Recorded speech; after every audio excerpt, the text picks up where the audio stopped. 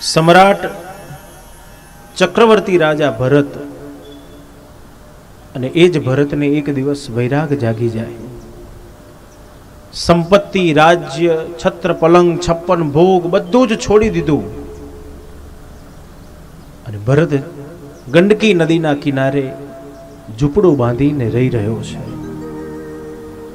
રોજ સંધ્યાવંદન કરે અને સંધ્યાવંદન કરતા કરતા એક દિવસ ભરતજી સાયંકાળના સમયે નદીના કિનારે સંધ્યાવંદન કરતા હોય અને એ સમયે એક સગર્ભા હરણી પોતાનો પ્રાણ બચાવવા માટે દોડતી દોડતી આવી રહી છે. આગળ હરણ દોડે, પાછળ સિંહ દોડે. પ્રાણ બચાવો છે પોતાનો, એટલે હરણીએ છલાંગ મારી અને છલાંગ મારતાની સાથે હરણીના પેટમાંથી પ્રસવ થઈ ગયો. હરણનું બચ્ચું પાણીમાં પડી ગયું, હરણી ભાગી ગઈ. ભરતજી આ દ્રશ્ય જુએ છે.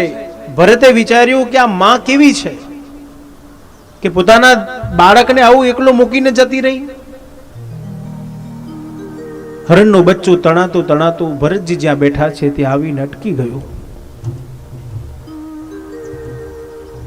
સુખદેવજી વર્ણન કરે, પરીક્ષિત, ભરતે પ્રેમથી હરણના બચ્ચાને ઉપાડી લીધું. કુરા કકડા વડે લૂછી નાખ્યું, રૂની પૂણી વડે દૂધની વાડકીમાં રૂની પૂણી બોરી રોજ ભરતજી હરણના બચ્ચાને દૂધ પીવડાવે. એમ કરતા કરતા સમય ઉપર સમય વ્યતીત થયો.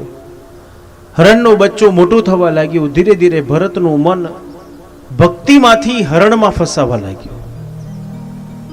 એક દિવસે આવે, 2 દિવસે, 3 દિવસે, 4 દિવસે, એમ કરતા કરતા ભરતનો મૃત્યુનો સમય નજીક આવ્યો. સુખદેવજી વર્ણન કરે, રાજા,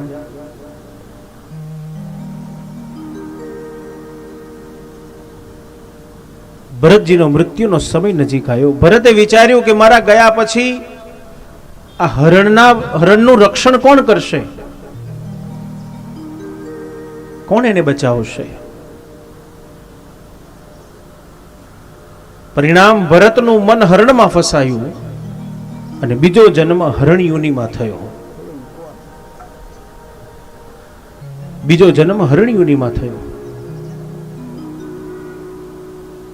સુખદેવજી વર્ણન કરે, પરીક્ષિત, ભરતે વિચાર્યું કે મેં એક ભૂલ કરી, મારું મન હરણમાં ફસાયું તો પરિણામ મારે હરણયોનીમાં આવવું પડ્યું.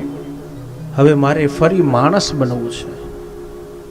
ભરતજી હરણયોનીમાં રહેલા એકાદશીના વ્રત કરે. વ્રત કરતા કરતા એક જ ઈચ્છા વ્યક્ત કરી, મારે ફરી માણસ બનવું છે. ત્રીજો જન્મ જડ ભરત થયા. સમાજમાં 3 પ્રકારના જે બાળકો મળે છે. કેટલાકને શત્રુપુત્ર મળશે, કેટલાકને મિત્ર પુત્ર મળશે અને બાકીના બધાને આજ્ઞાંકિત પુત્ર મળે છે. કેટલાક દીકરાઓને મા બાપ વેરી લાગે છે. કેટલાક દીકરાઓ એવા પ્રાપ્ત થાય છે કે મા બાપને દીકરાની સેવા કરવી પડે.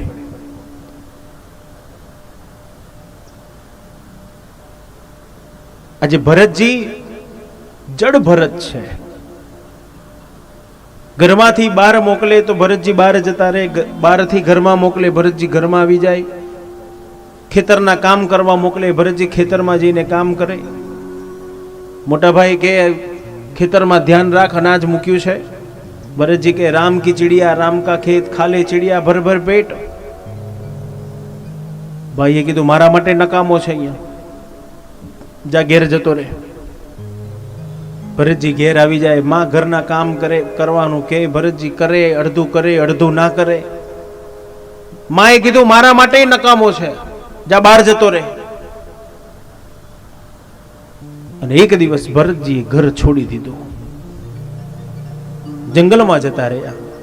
ભીલોએ પકડ્યો, બલિ કરવો છે, સ્નાન કરાયું. અત્તરોથી સ્નાન કરાવે છે ભરતને. ભરત આ જોઈને હસી રહ્યા છે. આ શરીર તો દુર્ગંધ મારનારું છે, તમે ગમે એટલા અત્તરો છાંટશો પણ શરીરમાંથી તો દુર્ગંધ જ નીકળવાની છે. માં કાલીની પાસે લાવ્યા. ભરતજી ખબર પડી કે આ તો મારો બલિ કરવા માંગે છે. ભરતજીએ માં કાલીને કીધું, માં તારી ઈચ્છા છે કે મારો બલિ થાય? બલિ કરનારો નાશ પામ્યો.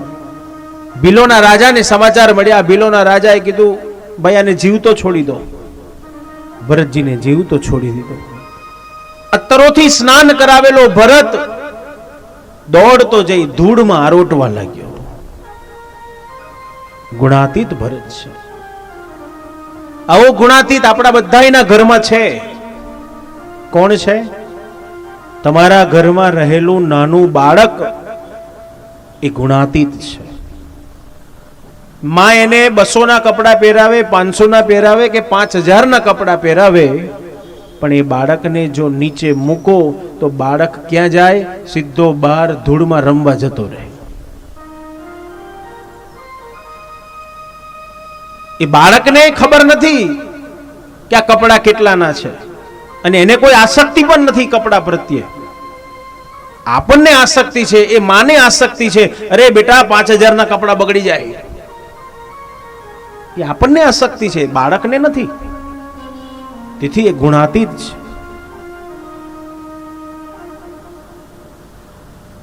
ગુણાતીતના લક્ષણ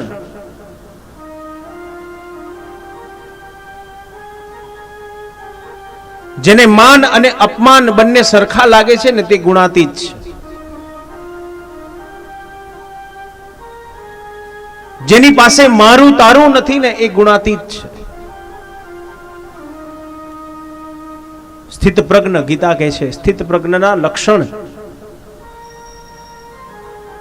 કોઈ પણ પરિસ્થિતિમાં જેનું મન સ્થિર છે, જેનામાં ધીરતા છે, એ સ્થિત પ્રજ્ઞ છે. ગુણાતીત ભરત ધૂળમાં આરોટે છે. જેને માન અપમાન, મારું તારું, જેને કોઈનામાં કશો જ રસ નથી, એ સદૈવ જે હસતો જ રહે છે એ ગુણાતીત છે. નાનું બાળક પણ એવું જ છે ને, તમે એને ટપલી મારો તોય હસતો હોય, તમે એને પપકો તોય હસતો હોય, તમે એને હસાવો તોય હસતો હોય.